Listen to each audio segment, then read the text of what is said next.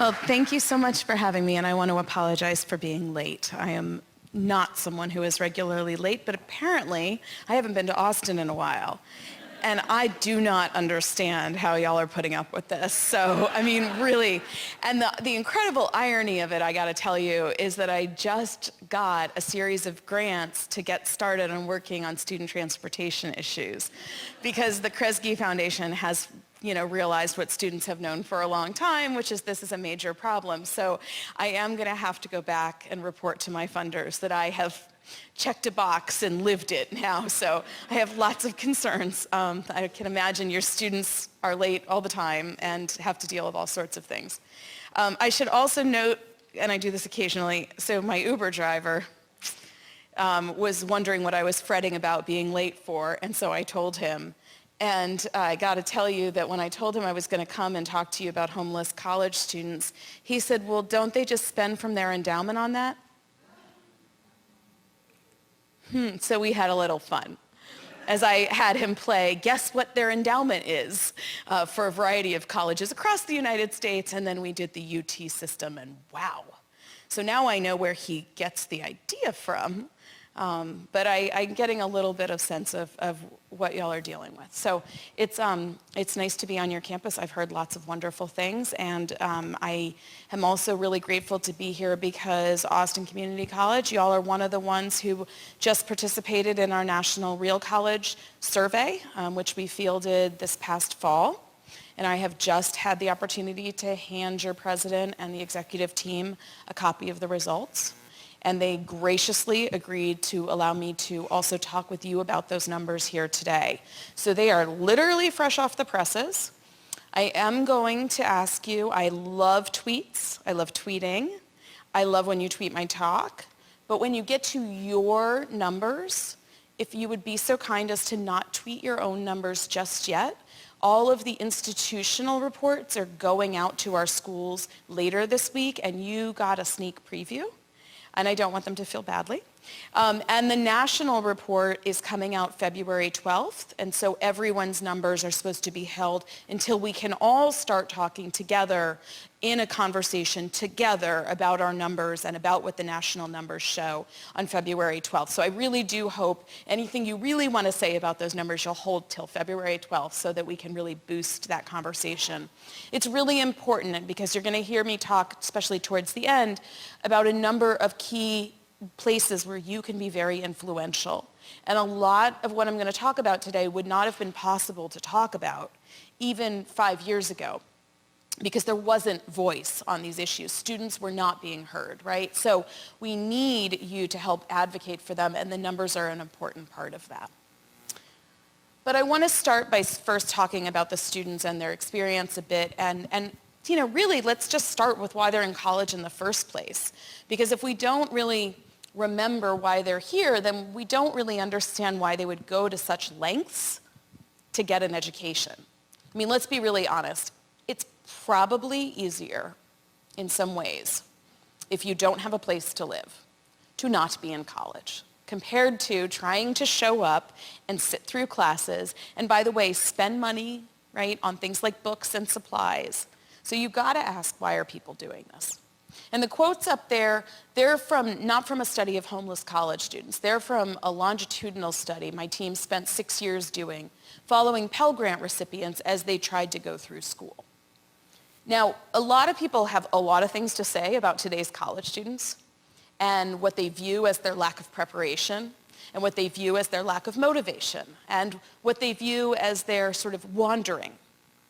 If you listen to a lot of different rooms, especially in Washington, D.C., you will hear over and over, well, if only these students knew why they were there, right? If only these students had a purpose. If we could just help them sort that out before they got to college, maybe they would get through and get done. And I want to suggest that the data show us pretty clearly that students know why they're there. They're there in part because of the economics. But the economics are not just about themselves. The economics are about their family's economics.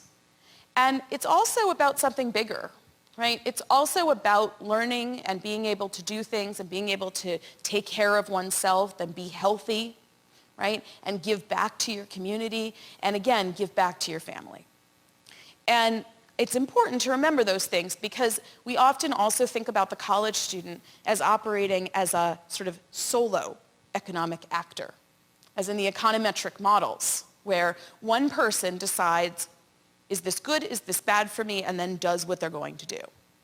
And we don't see it that way. We see college students operating and making decisions in networks, with other people, with perhaps their parents, but also with perhaps their children, with perhaps their partner, their aunts, their uncles, their cousins, their abuela, okay? All kinds of people. And if we ignore that, again, then we might ask ourselves, well, we gave them enough financial aid. Where did it go? Okay, so I'll get to that precise issue in another minute or two. But I want you to think with me for a moment, if we recognize these things about today's students, why don't you consider joining me in an effort to change the discourse? And as a starting point, as we change the discourse, why don't we consider together ditching a little bit of our common language? And in particular, stop calling college students kids. Now, my Uber driver did it too. Kids, kids, kids, kids, kids. And yet he said, and she's 24. Okay? Even the 18-year-olds now are not what we've classically referred to as children. When we say kids, we're talking to people who live sort of unfettered existences, who have carefree lives, who get a chance to go through life not worrying about things like money. And to be honest, it's hard to grow up in America right now and have that actually be the case. If we want to call them kids, we might be referring to the children of the wealthy. But we know that such an existence is vanishingly rare. So we call them real college students. That's what my team means when we refer to real college. We're basically saying, kind of like MTV taught us in the real world. Was there a real world, Austin? There had to be, right? Yeah, I don't really remember it, but I remember real world Philly. It's time to stop being polite and start getting real, right? And that's a lot of what these students have said. Like, who are you kidding? Life is tough. But also, they're surviving. Like, also they're persisting, right? Also they're striving.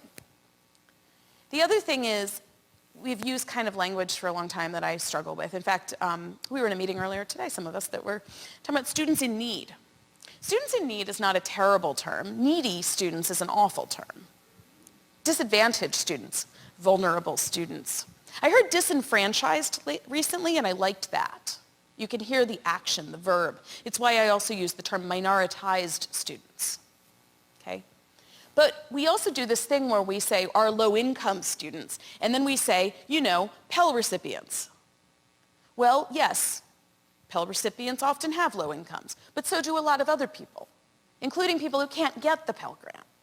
And by the way, a lot of the middle class has what are effectively low incomes at this point. So I have a note up there about Alice families. Is anybody familiar with that term? Few of you know what I mean? Alice? Okay, it's a term that comes from the United Way. It's a very useful term. Asset limited, income constrained, employed. Alice. That's today's middle class. Asset limited. They don't have much in terms of savings or wealth to dip towards. Income constrained. They're making something, but they're not going to necessarily know from week to week or year to year what they're going to make, and they can't expect a raise. And really, critically, they are working. So claims that, you know, they just need to work harder, you know, it's a tricky thing. That group is really, really struggling, and they're struggling right alongside these other folks who we typically refer to as being the ones who have the economic difficulties. Now, how can we be at a time when so many people are struggling economically, and particularly so many of our students in community college? Well, I refer to these causes as the new economics of college. And I think it is important to sort of have an all-encompassing term like that, because sometimes we really need to be able to explain to people that times have changed. Right? And I know that every generation says that to the prior generation. But in this case, I think even a generation is too long a period to really capture this. This has happened fairly rapidly. Right? We're at this moment where we know that college prices are higher than ever, and I don't care what your favorite version of college prices is. The sticker price is higher, the net price is higher. Okay, the net price with or without debt is higher. All the prices are higher. And that's not mainly about tuition, right? While we get a lot of, attention to that, it's actually been kind of amazing to watch people in the last 5 years begin to say, that's not all about tuition. But we didn't used to admit that. And now we're admitting things like, rent is a college expense, right? Food is a college expense. Healthcare is a college expense. Of course, all of those things are up. And as I said, they're up at a time when so many families are struggling. Remember, though, if you go back, let's go back to like 1985, right? I don't know if we really want to, but go back to 1985. There were some things happening in this country, and like tuition was rising, okay? It was rising. But you were not hearing this outcry that we're hearing right now. And, you can think about why you weren't hearing the outcry. Well, certainly one reason was fewer people were going to college. But I don't think that's the main reason you weren't hearing a political outcry about the cost of college. You were hearing the outcry because you weren't hearing it because there were so many families who could look at rising college tuition, but also think, well, my wages go up every year, right? I get ahead a little more every year. Things get better. And so we tolerated it, okay?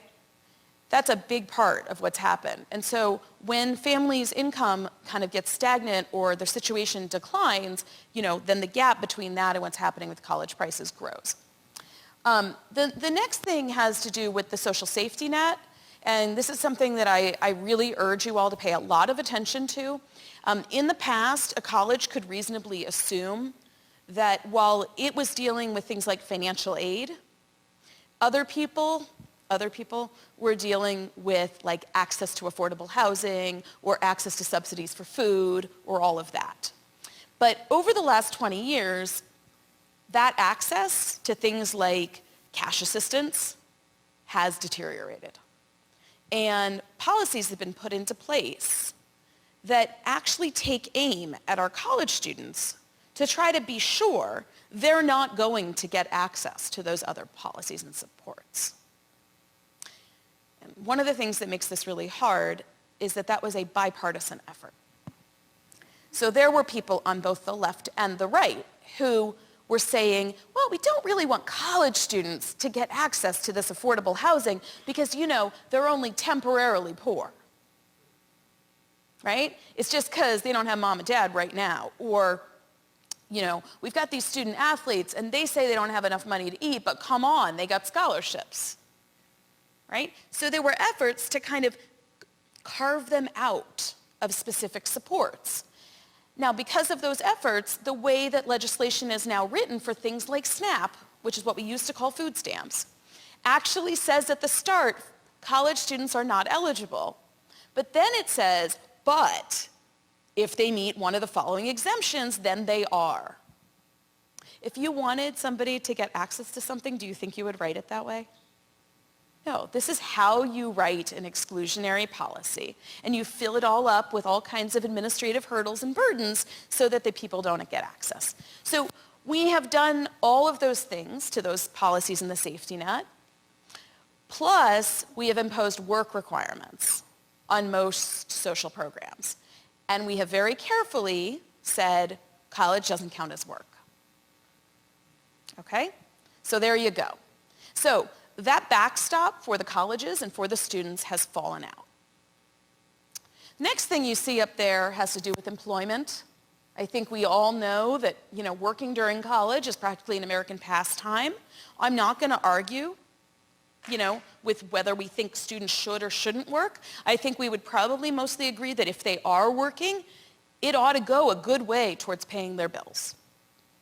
And while we're being told that we have a great economy right now, which is primarily measured by the unemployment rate, what we're not talking about is that the jobs are bad, right? So I don't care if we have a great unemployment rate or, low unemployment rate. If the jobs that people have mean they have to have 2 or 3 jobs in order to make ends meet.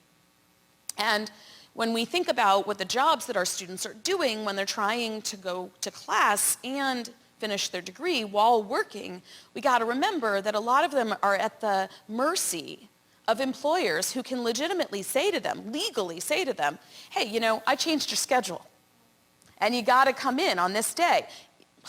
I don't care that your teacher said that if you miss X number of classes, you get a bad grade. So, I mean, that was true when I was in college, and things are so much worse now. All right, so work is not paying like it used to. And the last thing I'm going to stipulate to, and you're going to agree with me, because I know you know this, right? Colleges are underfunded, and especially public colleges, and especially community colleges. And I think that we now know this. We had to do extra science, right? Because people didn't believe it. But like, if you want to Google the Century Foundation Community Colleges Funding, you will get a report on what we call funding adequacy. If this was K-12, there would be lawsuits all over the place, okay? Because what we do in the United States is we give the colleges that serve the people with the least economic need the most money with which to serve them. It's all backwards, okay? So we have legitimately seen declines on the per student funding to help support students as students' need for support has gone up. There is no case to be made that what we have are bloated institutions that just don't care about education. When you cannot see an advisor, 9 times out of 10, it's because there are too few advisors. And 9 times out of 10, that's not because you have beautiful buildings. So, that leads us to the Wu-Tang. Well, some of you know me on Twitter know I do this a lot. And I need a new song, and I admit it. And if anybody's got suggestions for a song, tell me. But in the meantime, I'm just going to keep up with Cream. And I had this amazing opportunity last Friday. I was speaking in Philly, and our mayor is just starting to turn towards basic needs, and he brought in this man to speak who's like one of my rock star academic heroes. His name is Sindel Mulanathian. He's a professor at Chicago, and he wrote a book called Scarcity. And it was the combination of Sindel's book on scarcity and the students that brought me to the Wu-Tang. What Sindel writes about in Scarcity is the psychological and biological underpinnings of what happens when you do not have enough money, okay?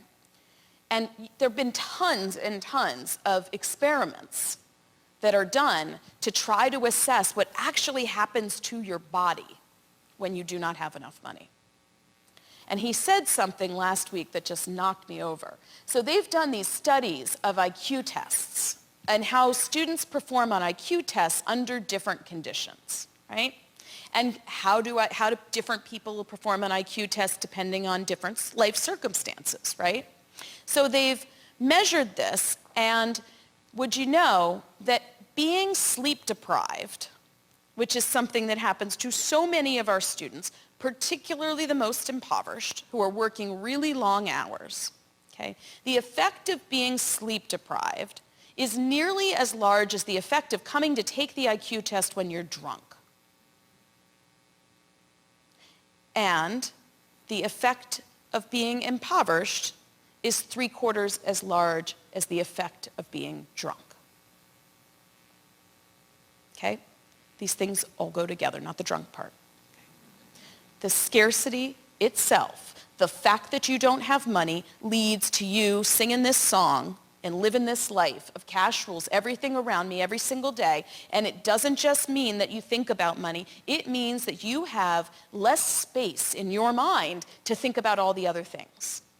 It means that you are going to have a harder time engaging in long-term planning, right? It means you're going to lose your patience more often, the way you would when you're sleep deprived. Once you know this, especially us who teach, like once you know this, it really should change your practice. Because, you know, we all know what it is to be sleep deprived. And if you sit down and try to say somebody's sleep deprived, you know, let's just run the numbers over here and let's figure out your budget. And I bet you actually have the money, you just don't know how to spend it right. You know that person is not going to listen to you much longer, right? Now, the cool thing that I take from both Sindel and from the Wu-Tang is, you know, this is a life that people live, but it is not a permanent situation. It doesn't have to be. It is reversible. So there are also studies that show that if you can get someone to be well rested, right? If you can move them out of poverty, if you can give them space in their life so they can sleep, they will begin to do better, right? It's not permanent brain damage. It's the condition under which you're living that's creating the problem. So in other words, it's reversible. So the problem is that we have a lot of students living with conditions of scarcity right now, and we have, for whatever reason, forgotten Maslow. And, you know, I can say to some of higher education, frankly, it served us to kind of forget about this stuff. There are people working in higher education who just don't want to be working in K-12. And we all know that, you know, food and homelessness and stuff happens to children.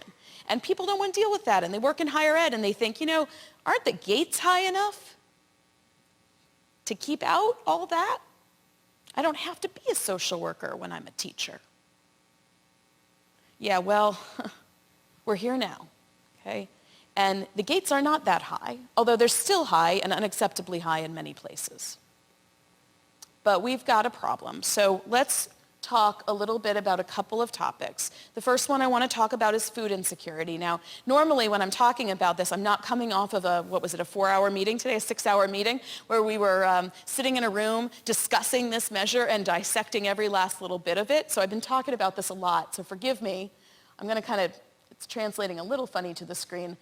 Look, there are 10 questions that my team uses. This comes from the United States Department of Agriculture. It comes in a 2-item, a 6-item, a 10, and an 18. We actually field the 18. 10 items are about the student, and 8 more items are about their children. Okay? Why? Because families share food. Households share food. Okay? The way it works is you get the first set of questions, and they are the kinds of things that do matter, but they're not as severe, right? So things like, I was worried whether my food would run out before I got money to buy more. I couldn't afford to eat balanced meals. Okay, we ask these questions about the last 30 days. And, you know, if a student is eating ramen, and that's mainly what they eat, and I don't mean the good kind, right? Then they're going to probably say, number one, like, I've been worried about money and food, right? That's why they're eating ramen. And number two, they're probably, actually, we find they tend to say no to 2, but number 3, they say yes to. And if that's the extent of the issue, and they eat ramen every day and they have that to eat, they're going to end up in this marginal category. They are not going to be called food insecure in the numbers I'm about to show you. Although I got to tell you, if it were really up to me and this was my world, we'd be calling them food insecure too, because their GPAs and their persistence rates look like these folks. Okay? Now, things do get more severe as we go on, so people do, you know, they're cutting the size of their meals, they're skipping meals. Losing weight, I'm going to flag this. The USDA says we ask the question that way, but let's be honest. Food insecurity is associated with weight loss, and it is also associated with obesity. So don't let anybody tell you that these numbers are nonsense because of the freshman 15. That is bogus for so many reasons, okay? We also get a little bit into frequency, right? So mainly we're asking, did these things happen in the last 30 days? But there are also, for a few of the more severe items, we ask how often it happened. And then we, if a student has had that happen to them at least 3 times in the last 30 days, they get an extra point, which advances them up this scale. And that's how we distinguish between the very low level of food security and the low. All right. So you all have a detailed report with item by item on all of these things and all of the levels. Housing insecurity is a tricky thing to assess. What we're really looking for here are people who are dealing with significant stressors around their housing, right? That doesn't necessarily mean rent, although it often does. It also means things like utilities. It can also mean, frankly, unsafe living conditions. I have a team member who, during the first Real College conference that she ever attended, was not a team member yet, but stood up and explained to the full audience that she chose abuse over homelessness. She chose to stay in a home where she was hit daily rather than leave to become homeless. Okay? And she said it because we all needed to grapple with it. We were leaving her out of the counts. She joined the team to change that, and I gotta be honest, we're still not there because it still isn't quite clear where that person goes. We have an item for leaving your home because you felt unsafe, right? We have items for overcrowding. We have, moving in with other people because of financial problems. I suppose that could also be, some might take, I'm staying here because of financial problems, right? That's the only reason, otherwise I'd be out. On the homelessness side, we have aligned with the McKinney-Vento definition, which is what the Department of Education uses. It's not the Department of HUD definition. It's not what they use to ration scarce housing. It's what Ed uses to decide when a school needs to give special services to students. And you do it two ways. First way, are you homeless? Have you been homeless? We ask about the last year. If a student actually chooses to self-identify and use that term, we take them seriously. We've done tons of interviews, and so have lots of other teams. Very few people lie about this kind of thing. What they lie about is they have been homeless, and I wouldn't really call it lying. They hide from the label, and they say they have not. Very few people are like, yeah, I really want to self-identify as homeless, even though I've never been homeless. Okay. Second thing we do, if they have not self-identified, is to ask them about their living conditions, and you can see a list up here. If a student has been living in a car, it's considered an indoor location that is not meant for sleeping purposes. Okay. We also really importantly have couch surfing here. And that is a major controversial issue.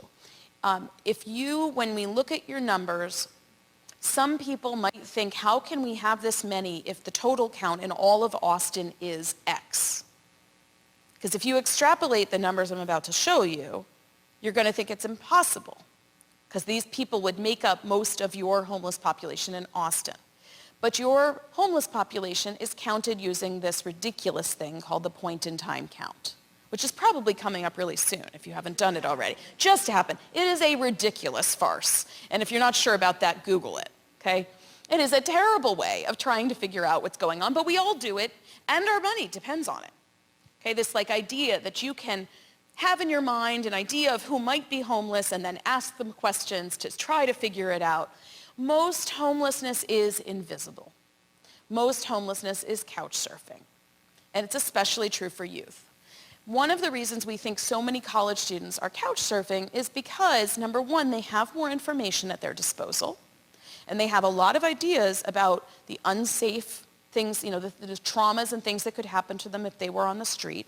They have a lot of worries about being in shelters, and they have stronger social networks. Right? One of the ways you get to college is by having stronger, not strong, stronger social networks than other people. So they work those networks just like they did to get themselves into college, and they find a place to sleep temporarily. But make no mistake about that, that is still homelessness. I have followed people as they have couch surfed, and it is a miserable existence. Many of them do not have access to be able to do laundry. They're told not to turn on lights or run up utility bills. They're not eating in the house, all that kind of stuff. They do not feel welcome, and they are stressed during the daytime as to where they're going to go next. Now, colleges and universities are clearly not required to ask these questions of students, and the federal government to date has yet to ask these questions. That's why my team set out in 2015 to push beyond what we were seeing in Wisconsin at the time and try to find out nationally what was happening. And we have to go college by college by college saying, please, will you ask these questions? And that's why one of our greatest hopes was that some of the big surveys around the country that already ask questions of students would finally just add these questions, right? We take so much time asking questions about all kinds of things, asking students to fill out surveys when the basic things that they most have on their minds are not even being mentioned. So earlier today, the reason I keep referring to this was pretty momentous. We met with the Community College Survey of Student Engagement, which has now been funded to begin to add these questions onto its surveys. And starting next spring, they will. And starting this fall, after 5 years of asking, the Department of Education is adding our questions onto its nationally representative survey of college students. So maybe by 2022, which right now feels very far off, we'll get some results, and maybe they'll tell a completely different story than the one I'm about to show you. Okay? I suppose it's possible. They will be nationally representative, and they will have higher response rates than the little surveys that we do. we do cheap surveys. We don't have money to be doing surveys. So we send electronic surveys. And at every college, the students all do the same thing with our survey. What do you think? Delete or swipe past or ignore. Thank you very much. They have no idea what's behind it, right? All my blood, sweat, and tears. So think about who answers. These surveys are not pitched as surveys to get you help. They do not come with a payment. Okay? They come with a chance to possibly win some money, but they don't come with what we call like a guaranteed incentive. Okay? We frame these really carefully. We don't want to nudge students to think, oh, I should take the survey and say I'm homeless because I'll get something from it. But again, 90% of students, 90%, basically ignore it, delete it, or never receive it. Now, we're doing everything we can to try to figure out about the other 90%, including the other surveys that we just mentioned. But I continue to hold my claim hard that this is an undercount. I have yet to visit a campus where anybody thought that they basically found all the college students who were dealing with these issues in this survey. Okay? They know plenty of students who never even get their emails, never check them. Okay, so we started with 10 community colleges, right? By 2018, we got 90 community colleges. Here's what we've got. On February 12th, like I said, we'll be rolling out the 5-year report. Our sample for this past year doubled the sample from prior years in terms of the number of students itself. And so now when we're thinking about our results, we're thinking across over 400 institutions. Now, there are over 4,000 institutions in the United States, and you should be thinking about who does these surveys like you do and who does not. Number one, folks not doing these surveys, the for-profit colleges. Number two, the private not-for-profit colleges. Some of them do, to their credit, but very few of them. Number three, the public flagships. Very, very few of them. They will mainly tell us they already know. They're the ones who tell me, oh, we already kind of know what's going on. I'm like, that's great. Nobody has predicted their numbers for me yet, right? But the community colleges have stepped up, so we're pleased about that. And you all have more than 3,000 survey respondents. So now I think that's around, as I recall, like close to 9% of your students. So this is what we have found in prior years. These are the ranges. I don't include the 2019 yet here. And you can see, this is what leads us to say more than a third, maybe even as many as half of community college students deal with food insecurity, right? The rates are still high at the 4 years. I really thought it was important for you to see that. Okay, the low end on the homelessness range actually come from the years when we didn't include couch surfing as homelessness. That's where that's from. They're usually in the past very consistent with this 14 and this 18. Here's yours.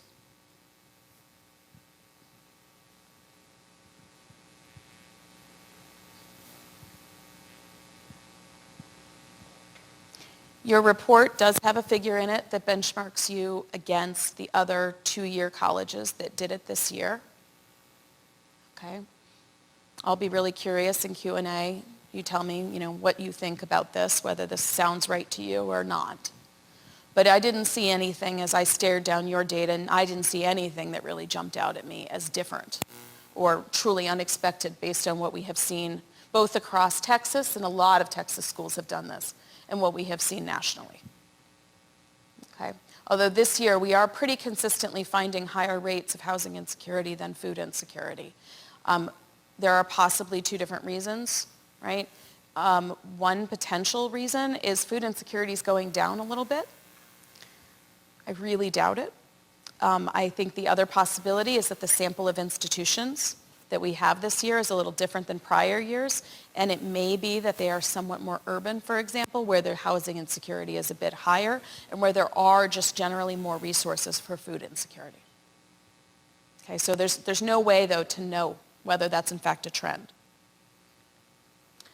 I'm going to show you some disparities. Your report has tons and tons of information on this. We have 11 different categories for race ethnicity. I'm just, again, highlighting a few. We also make a point to show you results for students who choose not to report in certain categories so that you can think about at least their circumstance. I did this based on the 4 largest groups represented at this institution.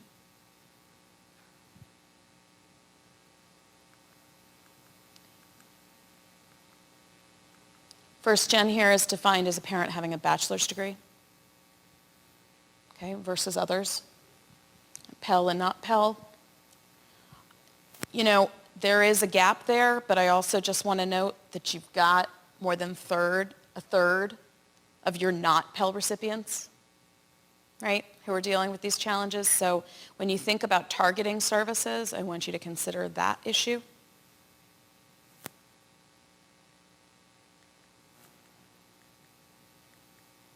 This is one of the most consistent findings we see all over the country. These are the homelessness rates based on how students self-identify their sexuality.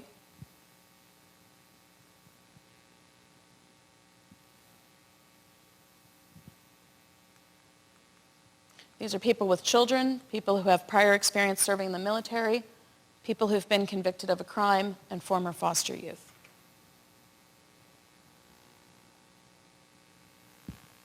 Those rates are all entirely consistent with what we've seen elsewhere. Several of those are particularly challenging. I mean, one thing is clear is that this is not the GI Bill that my grandfather went to college on, okay? There's a number of issues in terms of timing of payments, generosity of payments, all those sorts of things. We know that helping people transition from prison to college is a wonderful way to reduce recidivism and increase life chances, and many of those people are not getting through school. And I think here is one indicator of part of the problem. And former foster youth, again, they're so hard to even transition to college in the first place, and their dropout rates are incredibly high. We survey the students on their time use. We've cut back on doing it a little bit because we're finding nothing new. We continue to find the same thing over and over. When you compare students on the amount of time they spend in different activities, based on whether or not they have their basic needs met, you'll see that these students are absolutely as academically committed as others, okay? The big difference is really that they have less time to sleep. They are working or searching for work at high rates. They are commuting, and here I suspect perhaps probably for longer amounts of time, although I'm not 100% sure. One of the things that I've learned from following homeless college students is that because they're not trying to get to a specific home, sometimes they are able to locate themselves closer to school. In fact, I have observed college students who don't want to accept subsidized housing because it is too far away, and they would rather, they'll say, just be closer to where they have to work and go to school and do all of that, even if things are not secured, which also tells you, frankly, how complicated the decision-making is, how difficult and stressed they must be, and also, right, how hard it can be, therefore, to kind of break through and get them support. But one of the things that is most consistent, and this won't show up in your survey, but it shows up in all of our interviews, is that when we talk to these students, and in particular when we ask them to describe how all of this happened, and we do that in a very careful, trauma-informed way, they will always come up with a story that ends with them telling us that this is their fault. They will always have a narrative that points to them as the individual culprit of their own poverty. These folks really think that they're just lacking bootstraps. And that's not a Texas thing, okay? It's everywhere. And we've taught them that. We culturally have taught them that. And one of the best things that I've learned that you can do when faced with one of these students, one of the quickest and cheapest interventions you have at your disposal is to help them know that that's simply not true. You can take any number of tactics, right? One tactic I often take is I sort of smile and say, wow, well, that's some feat. Because there are literally millions of people who don't have enough to eat and a safe place to sleep while they're in college. So for you to cause this yourself, it's basically impossible, right? And once they know they're not alone, and once you share the data, you can really see a change. It's a very quick change where they're going to move from being embarrassed to being pissed. And I like pissed. I can work with pissed, right? Embarrassed and hiding and ashamed. We cannot reach them. But mad and wanting to advocate, right? And wanting to fix this system and coming to understand that there are people who win from them staying like this, right? And not getting their degrees. That actually works.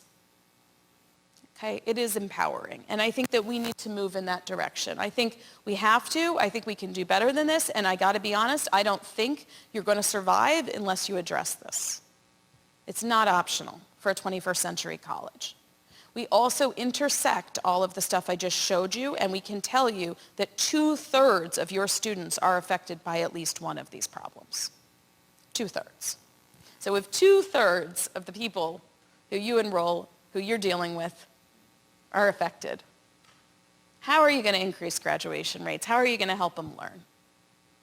I think there are a few starting places, and I really like to start with the basics.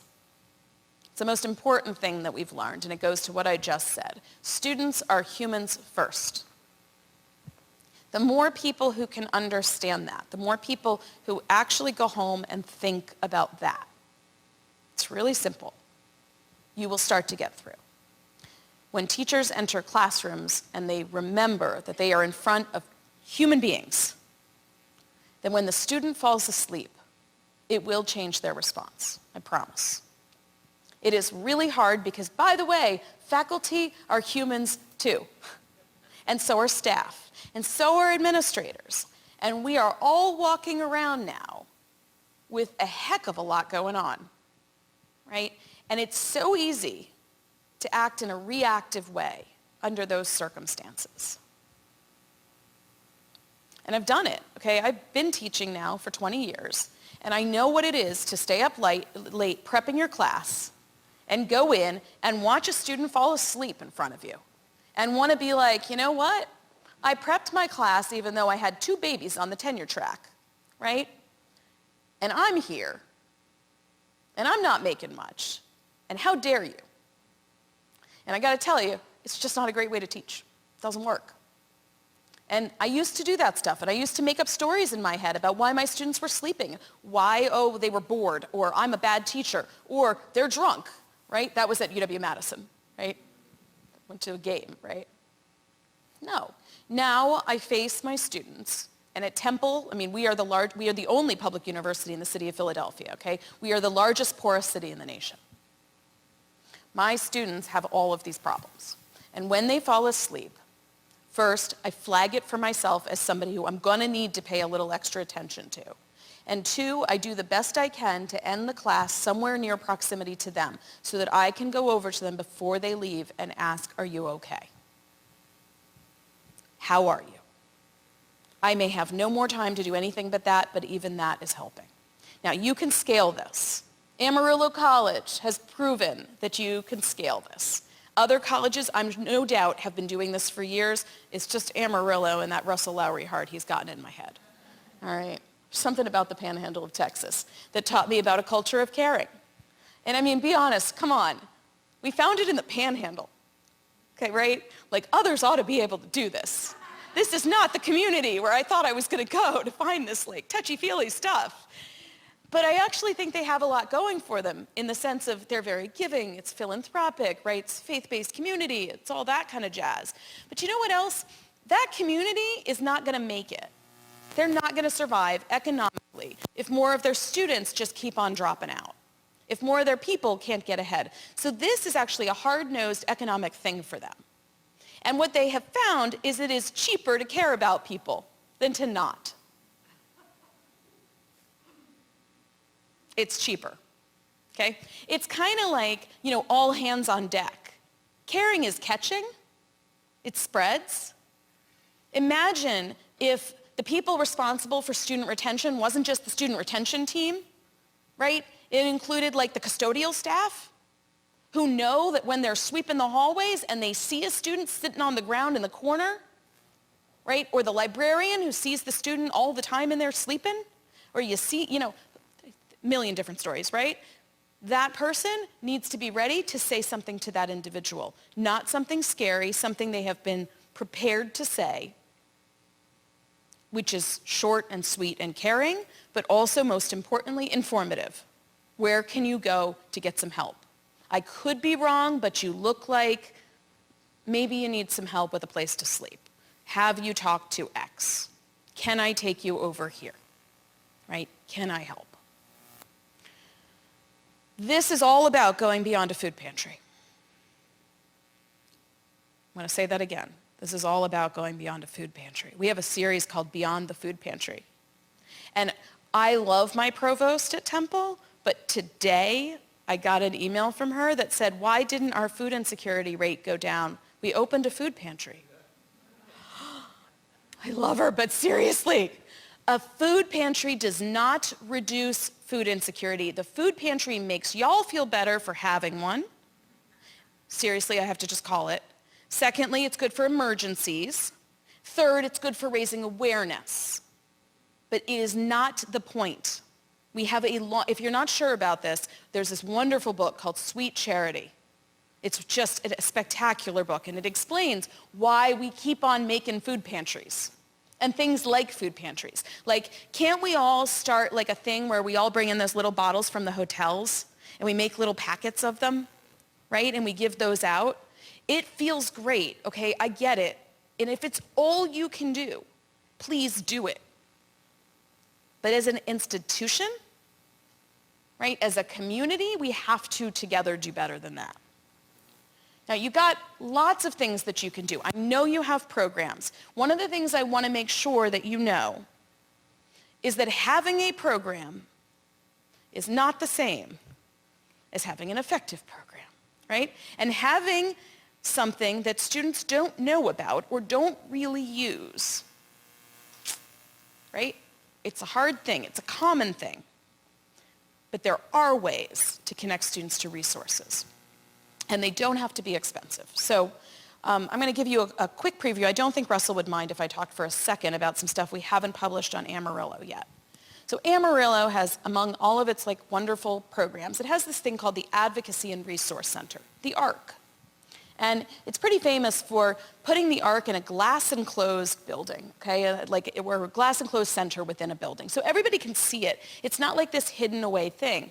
And it has these amazing, talented social workers who are like the most bubbly and loving people you've ever met. So the ARC is heavily utilized. There are a lot of people who come in and out. And the food pantry is in there, but the most important things in there are those social workers who know how to connect you to public benefits, and who also know how to go reduce your utility bill, right, and do all sorts of magic things that social workers do. And so again, nobody has to be one, you just have to know one, right? But when I visited the ARC many, many times over a couple of years, I noticed something. Most people in the ARC were women. So many women, okay? And I started to ask Jordan and her team, her all-female team, by the way, hey, where's the men? And I got a lot of stories. I got stories about how, I got stories about machismo, okay? And I got stories about, men having other resources. And I got stories about, we just don't see the men around here, they're just missing, I got all of this.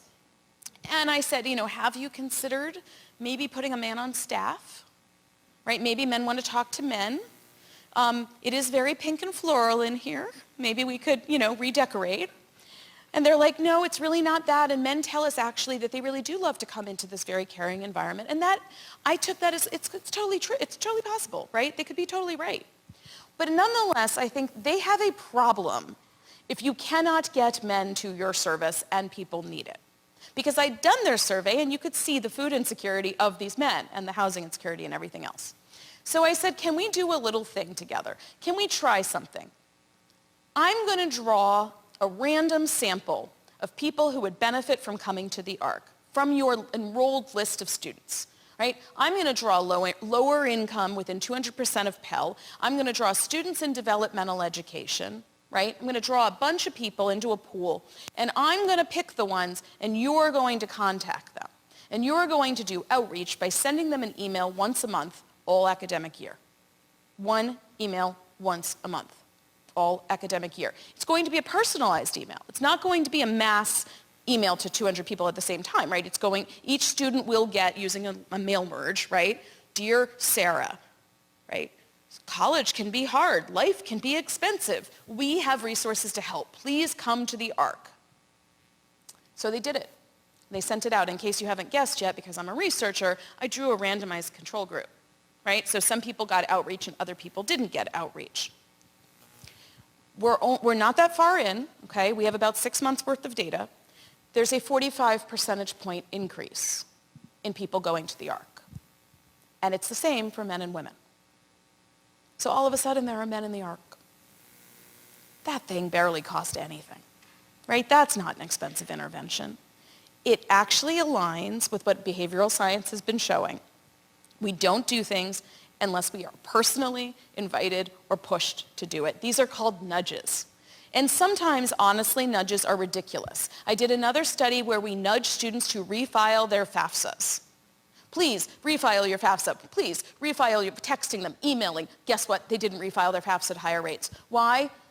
Because it's hard to refile your FAFSA, right? You're not refiling your FAFSA because you don't know that you're supposed to. By the way, I knew that, but as a scientist, I actually have to do a randomized experiment to prove it to other researchers. And they were shocked. And I'm like, you clearly haven't done the small American bureaucratic tragedy known as the FAFSA. But you know what's easy? Going to the darn ARC. It's just not that hard. And so they walked in the door. Now, I don't know yet if walking in the door changed their life forever, right? I don't know. We're tracking. But I am absolutely convinced that we can do better to connect students. And I know I have seen outreach and materials that I would never, as a student, would have wanted to receive, right? So I also urge the compilation of all outreach and marketing materials and the review of those materials by students paid to review them. Okay, you might not have a huge comms team, but your students can help you with this. All right. Now, I want to point in one particular direction. The GAO helped us with this. This is the federal government who said, we are undermining the federal investment in financial aid in this country if we throw all that money into Pell Grants and student loans and everything else and have students drop out because they don't have enough money for food. And the punchline of this report is that we have to connect students to public benefits. And the real purpose of that report was to say you must connect them to SNAP. Okay? We have a program. It is in trouble. Okay? It's a weird time to be saying SNAP is great, right?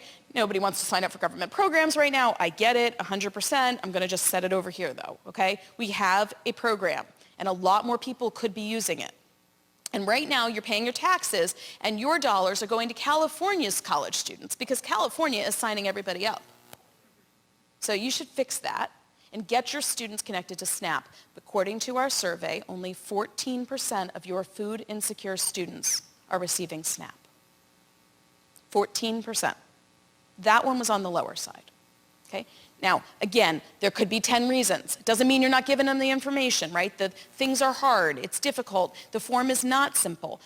But what we know has to happen is that somebody or many somebodies on campus have to talk to students about SNAP. The FAFSA is not going to cut it. You've also got to continue bridging college and community in every direction you can think of. If you can think of a living expense that students have, think of ways to cut it.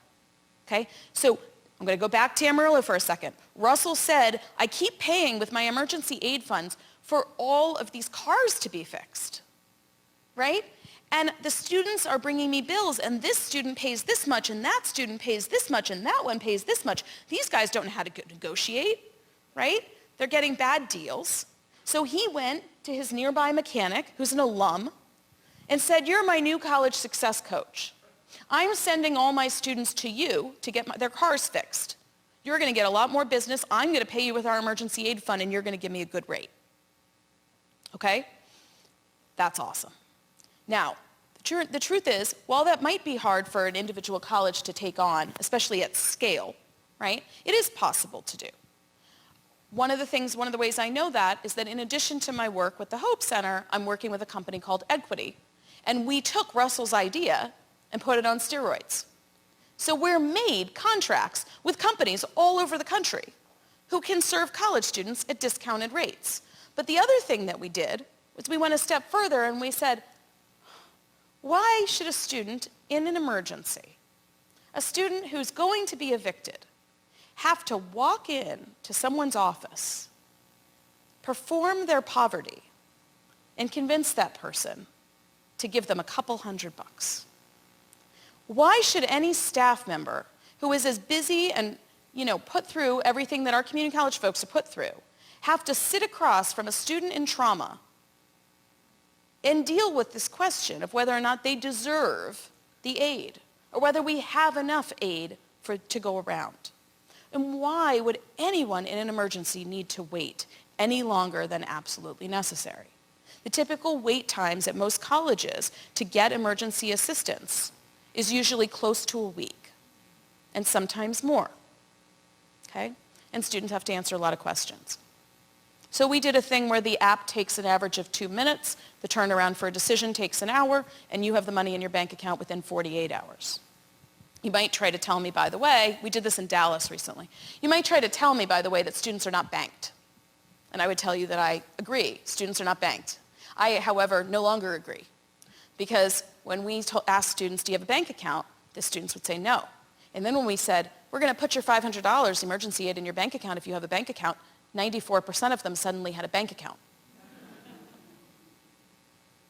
Okay, I get it. I would say no too, until, right, somebody's going to put it in.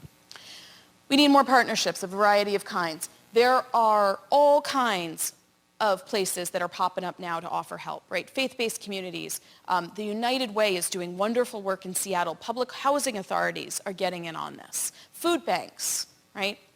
Continue to just push and expand, but most importantly, to connect the students to that support. Share information about any support that you have on the syllabus. We already have this. It's on everything, everywhere. Master syllabus, check mark, done. Perfect.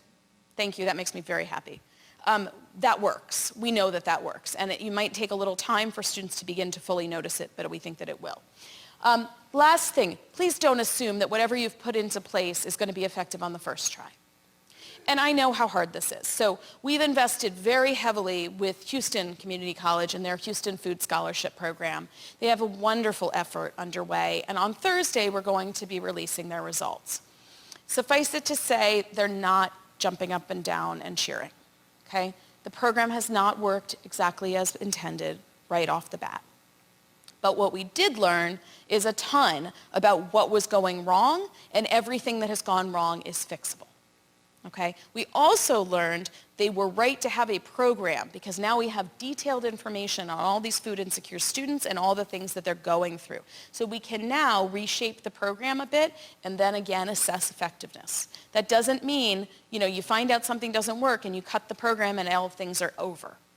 Okay? But especially in an area where we're working where colleges have not worked before, we need to set ourselves up to be able to be learners.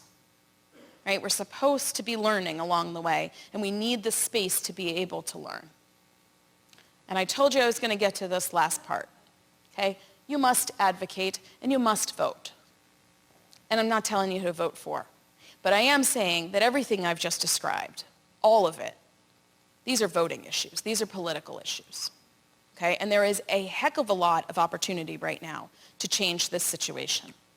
I can say that in the sort of big change, capital C change, and I can say there are 6 pieces of federal legislation right now, one of which is authored by Adam Schiff in his Food for Thought bill, all of which would help college students, okay? We need them to be able to pass those bills. We need to be able to draw money down here for programs like expanding the National School Lunch Program to higher education, like removing those work requirements so that students can get SNAP, like giving you a little money so that when your students do have SNAP, you have the technology on campus to accept EBT, okay? Money has been coming from states all over the country. Texas does not yet have a hunger-free campus bill, but California had one, and New Jersey had one, and Minnesota had one, and there's one pending in Pennsylvania right now. Okay? And it helps. it's a starting point. So please, speak up for these students.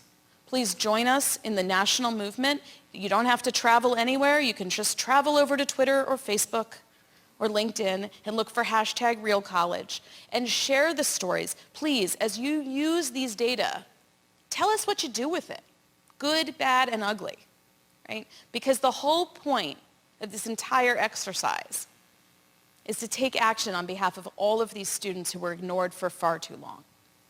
Thank you so much for having me.